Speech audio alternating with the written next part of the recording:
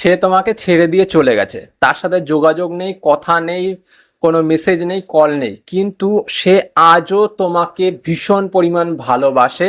সেই মানুষটা তোমাকে ছাড়া থাকতে পারছে না। কি করে বুঝবে? আজ আমি তোমাদেরকে বুঝিয়ে দেবো।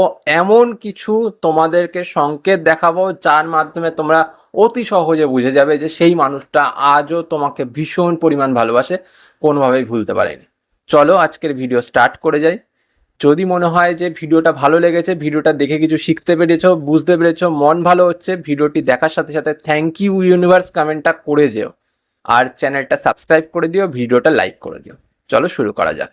প্রথম পয়েন্ট, তুমি যেখানেই যাচ্ছ না কেন, যেখানেই তুমি বসছো না কেন, ফোনে স্ক্রল করছো না কেন, চাই করো কেন, সেখানেই তুমি হঠাৎ করেই তার নাম দেখতে পাচ্ছ। হয়তো কেউ তার নামে কথা বলছে, হঠাৎ করে তার নামটা স্ক্রল করতে করতে চলে এলো রিলসের মধ্যে, হঠাৎ করে তুমি ফেসবুকে তার ছবি দেখতে পেয়ে গেলে, বা তুমি তার নামটাই দেখতে পেয়ে গেলে, হঠাৎ করে রাস্তার বিল বোর্ডের মধ্যে তার নামটা দেখতে পেয়ে গেলে।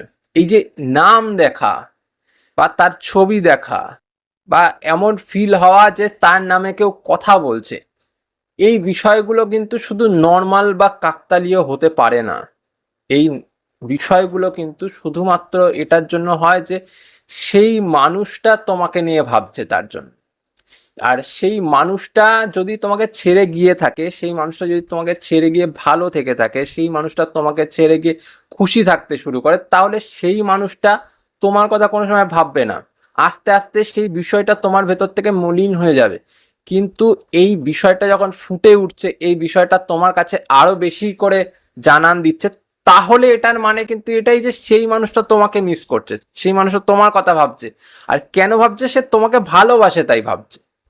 সে ফিরে আসবে, তুমি ভরসা রাখতেই পারো। সেকেন্ড পয়েন্ট, হঠাৎ করেই অ্যাঞ্জেল টাইম তোমার চোখে বারবার প্রত্যেকটা দিন পড়ছে। অ্যাঞ্জেল টাইম কি?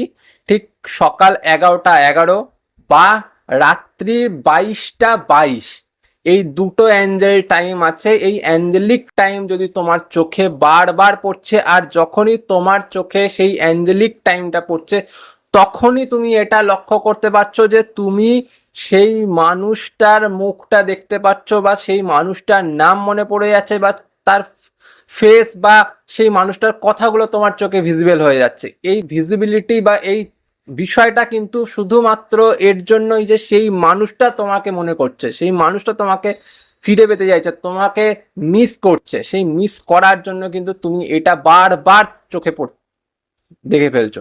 আর অ্যাঞ্জেলিক টাইম কিন্তু খুব গুরুত্বপূর্ণ একটা বিষয়।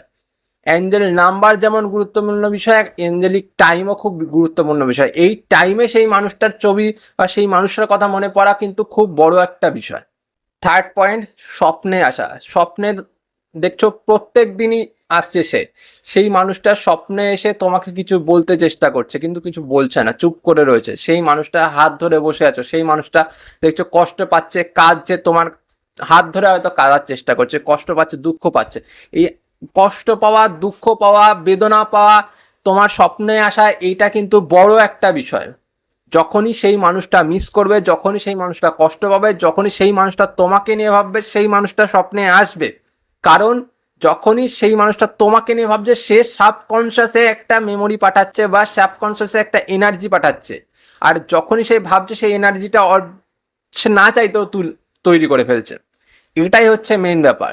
যদি এটা তুমি বারবার স্বপ্নে দেখতে পাও যে সেই মানুষটা বারবার স্বপ্নে আসছে, তার প্রমাণ কিন্তু এটাই যে সেই মানুষটা মিস করছে, সেই মানুষটা ভাবছে তোমাকে নিয়ে। লাস্ট পয়েন্ট, দেখো বন্ধুরা, যদি এমনটা ঘটে থাকে যে তোমার সাথে তার যোগাযোগ একদমই নেই, কিন্তু তোমাদের মিউচুয়াল ফ্রেন্ড যদি তার কথা বারবার তোলে, তার বিষয়ে বারবার কথা বলে, এটা তার যদি সে বারবার বলে যে তোর, ও জানিস আমাকে এইটা বলেছে, তোর বিষয়ে বলেছে, তোর বিষয়ে খোঁজ খবর নিচ্ছে, তোর বিষয়ে কথা বলছে, বা এটা যদি তুমি দেখছো যে বারবার তার নামটা ফ্রেন্ড সাজেশনে আসছে ফেসবুকে, বারবার সেই মানুষটাকে তুমি ফেসবুকে দেখতে পাচ্ছ, এটা কিন্তু একটা এটার নিশানি যে সেই মানুষটা তোমাকে মিস করছে, সেই মানুষটা তোমাকে ফিরে পেতে চাইছে, সেই মানুষটা তোমার সাথে আবার সম্পর্কে আসতে চাইছে। কারণ ও ভুল করেছিল, এটা সে নিজে বুঝতে পেরে গেছে। এবার তুমি যদি চাইছো যে সেই মানুষটাকে ফিরিয়ে নেবে, তার জন্য তোমাকে পজিটিভ থাকতে হবে। যদি চাইছো তুমি সেই মানুষটার সাথে সম্পর্কে আবার আসবে, তার জন্য তোমাকে নিজেকে আলাদাভাবে তৈরি হতে হবে। কারণ তুমি যদি আগের রূপটাতেই আবার থাকতে শুরু করো, তাহলে কিন্তু কোনোভাবেই সেই মানুষটাকে আর রাখতে পারবে না। কারণ ও যখন ফিরে এসে তোমাকে ওই রূপেই দেখবে, তখন কিন্তু আর তার ভালো লাগবে না, আবার সে ছেড়ে দিয়ে চলে যাবে।